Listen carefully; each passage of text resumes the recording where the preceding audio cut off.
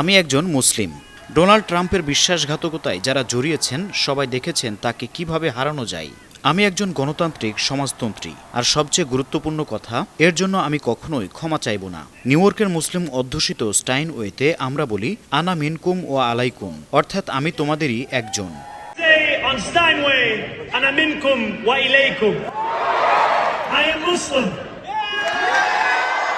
এই ভাষণে নিজের পরিচয় এবং জনগণের সঙ্গে সংহতি স্পষ্ট করেছেন যুক্তরাষ্ট্রের বৃহত্তম নগরী নিউ ইয়র্কের ইতিহাস গড়া মুসলিম মেয়র জোহরান মামদানি।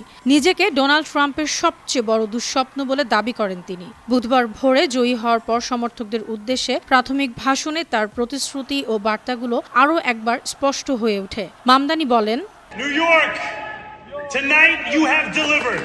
আজ রাতে আপনারা পরিবর্তনের পক্ষে ভোট দিয়েছেন, নতুন ধরনের রাজনীতির জন্য, এমন শহরের জন্য এবং এমন সরকারের জন্য যা সত্যি কাজ করে। আমরা দায়িত্ব নিতে প্রস্তুত। 1 জানুয়ারি আমি আনুষ্ঠানিকভাবে নিউ ইয়র্ক সিটির মেয়র হিসেবে শপথ নিব। আমি অ্যান্ড্রু কুয়োমোর জন্য শুভকামনা জানাই, কিন্তু আজ রাতই হোক শেষবার যখন আমি তার নাম উচ্চারণ করলাম। I wish Andrew Cuomo only the best in private life.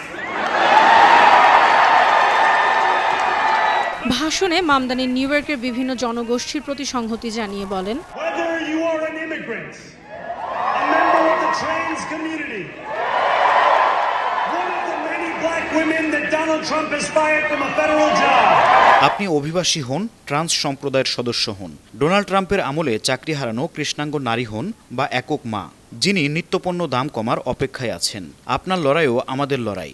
আমরা এমন একটি সিটি গড়ব যা নিউ ইয়র্কের ইহুদিদেরও পাশে দাঁড়াবে, ইহুদি বিদ্বেষের বিরুদ্ধে লড়বে, যেখানে 1 মিলিয়নেরও বেশি মুসলিম বুঝবে এই শহর তাদেরও। Where the more than 1 million Muslims know that they belong. Will New York be a city where you can traffic in Islamophobia and win an election? New ইয়র্কে ইসলাম বিদ্বেষ ছড়িয়ে কেউ নির্বাচনে জিততে পারবে না। আপনারা দেখিয়েছেন যখন রাজনীতি মানুষকে সম্মানের সঙ্গে দেখে তখন নতুন নেতৃত্বের যুগ শুরু হয়। আমরা আপনার জন্য লড়ব, কারণ আমরা আপনাদেরই একজন। আমরা ঐক্যবদ্ধভাবে আশাকে বেছে নিয়েছি, স্বৈরাচারের বদলে আশা, টাকার রাজনীতির বদলে আশা, হতাশার বদলে আশা। আমরা জিতেছি কারণ নিউ ইয়র্কের মানুষ বিশ্বাস করেছে অসম্ভবকেও সম্ভব করা যায়। ডোনাল্ড ট্রাম্পের বিশ্বাসঘাতকতায় যারা জড়িয়েছেন সবাই দেখেছেন তাকে কিভাবে হারানো যায়। কোনো স্বৈরশাসককে ভয় রাখতে হলে প্রথমে ভাঙতে হবে সেই নিয়মগুলো যেগুলো তাকে ক্ষমতায় রেখেছিল। Anyone can show a nation betrayed by Donald Trump how to defeat him. It is the city that gave rise to him. আন্তর্জাতিক ডেস্ক, বানু টিভি।